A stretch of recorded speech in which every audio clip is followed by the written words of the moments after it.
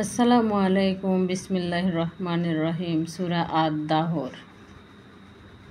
মহাকালের মধ্য হতে মানুষের উপর কি এমন একটা সময় অতিবাহিত হয়নি যখন সে উল্লেখ করার যোগ্য কোনো বস্তুই ছিল না। আমি মানুষকে সৃষ্টি করেছি সংমিশ্রিত সূক্ষ্ম বৃন্দ থেকে তাকে পরীক্ষা করার জন্য, এজন্য তাকে করেছি শ্রবণ শক্তি ও দৃষ্টিশক্তির অধিকারী। আমি তাকে পথ দেখিয়ে দিয়েছি, হয় সে কৃতজ্ঞ হবে, না হয় সে অকৃতজ্ঞ হবে। আমি অকৃতজ্ঞ কাফেরদের জন্য প্রস্তুত করে রেখেছি শেকড়, বেড়ি আর জ্বলন্ত আগুন। অপরদিকে নেককার লোকের এমন পান পাত্র থেকে পান করবে যাতে কুকুরের সংমিশ্রণ থাকবে। আল্লাহর বান্দারা একটি ঝর্ণা থেকে পান করবে, তারা এই ঝর্ণাকে তাদের ইচ্ছেমতো প্রবাহিত করবে যারা মানত, পূরণ করে আর সেই দিনকে ভয় করে যার অনিষ্ট হবে সুদূর প্রসারী। আর তারা আল্লাহর প্রতি তাদের ভালোবাসার কারণে মিসকিন, ইয়াতিম ও কয়েদিকে খাবার খাওয়ায়। তারা বলে, আমরা তোমাদেরকে খাবার খাওয়াচ্ছি কেবল আল্লাহর চেহারার সন্তুষ্টি লাভের জন্য। আমরা তোমাদের থেকে কোনো প্রতিদান চাই না কোনো অকৃতজ্ঞতা জ্ঞাপন ও ধন্যবাদ। আমরা কেবল ভয় করি আমাদের প্রতিপালকের পক্ষ হতে এক ভীতিপ্রদ ভয়ানক দিনের, যার ফলে আল্লাহ তাদেরকে সেই দিনের অনিষ্ট হতে রক্ষা করবেন আর তাদেরকে দিবেন সজীবতা, আনন্দ। আর তাদের ধৈর্য ও সংযতার বিনিময়ে তাদেরকে দিবেন জান্নাত ও রেশমি পোশাক। সেখানে তারা উচ্চ আসনগুলোতে হেলান দিয়ে বসবে। সেখানে তারা দেখবে না অতি গরম আর অতি শীত। জান্নাতীদের বৃক্ষরাজি ছায়া তাদের উপর থাকবে আর ফলের গুচ্ছ একেবারে তাদের নাগালের মধ্যে রাখা হবে।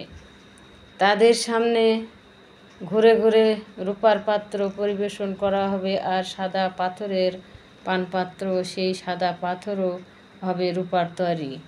তারা এগুলোকে যথাযথ পরিণামে ভর্তি করবে। তাদেরকে পান করানোর জন্য এমন পাত্র পরিবেশন করা হবে যাতে আদার মিশ্রণ থাকবে। সেখানে আছে একটা ঝর্ণা যার নাম সালসাবিল। ঘুরে ঘুরে তাদের সেবাদান কার্যে নিয়োজিত থাকবে চির কিশোরগণ। তুমি যখন তাদেরকে দেখবে তুমি মনে করবে তারা যেন ছড়ানো মুক্তা। তুমি যখন দেখবে তখন দেখতে পাবে ভোগবিলাসের নানান সামগ্রী আর এক বিশাল রাজ্য।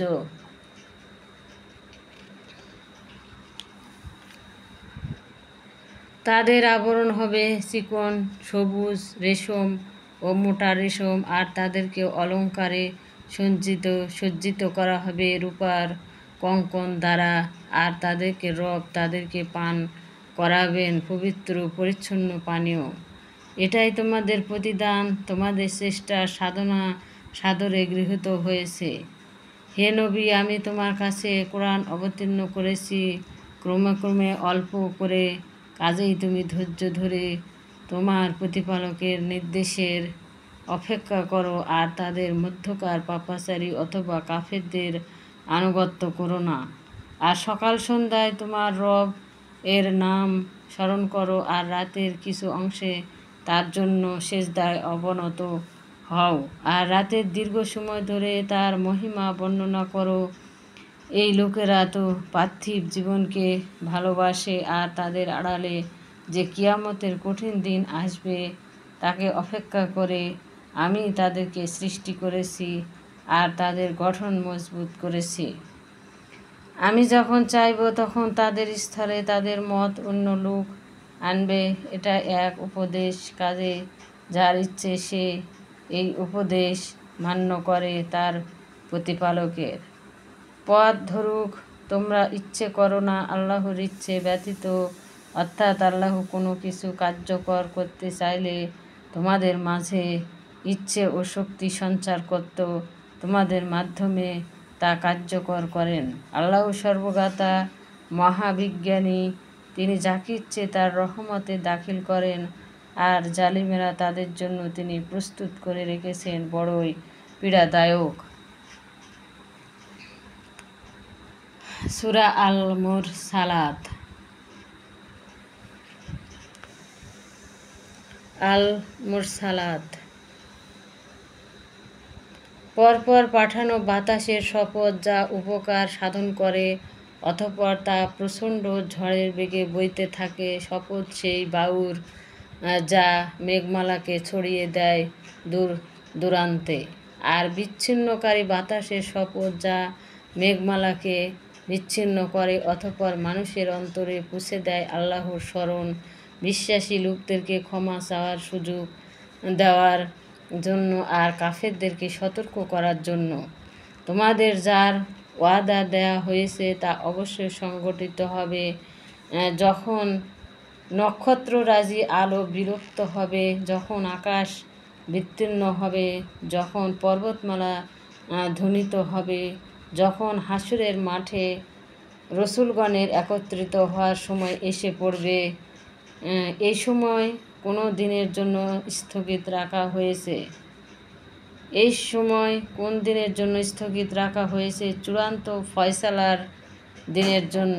সেই চূড়ান্ত ফয়সালার দিনটি কি তা তোমাকে কিসে জানাবে? সেই দিন দুর্ভোগ সত্য প্রত্যাখ্যানকারীদের জন্য। আমি কি আগেকার লোকদেরকে ধ্বংস করে দিইনি? অতঃপর পূর্ববর্তী লোকদেরকেও আমি তাদের অনুগামী করব। অপরাধীদের প্রতি আমি এরকমই করে থাকি। সেই দিন দুর্ভোগ সত্য প্রত্যাখ্যানকারীদের জন্য। আমি কি নগণ্য পানি থেকে তোমাদেরকে সৃষ্টি করিনি?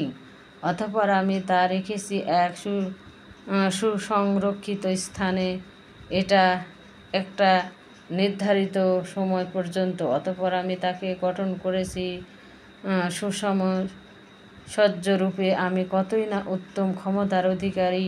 সেই দিন দুর্ভোগ সত্য প্রত্যাখ্যানকারীদের জন্য। আর আমি কি পৃথিবীকে সব কিছুকে টেনে গুছিয়ে ধারণাকারী রূপে সৃষ্টি করিনি? জীবিত মৃত্যুকে, ভালো আর মন্দকে, নেককার আর পাপাচারীকে। আর আমি তাকে স্থাপন করেছি সুউচ্চ পর্বতমালা।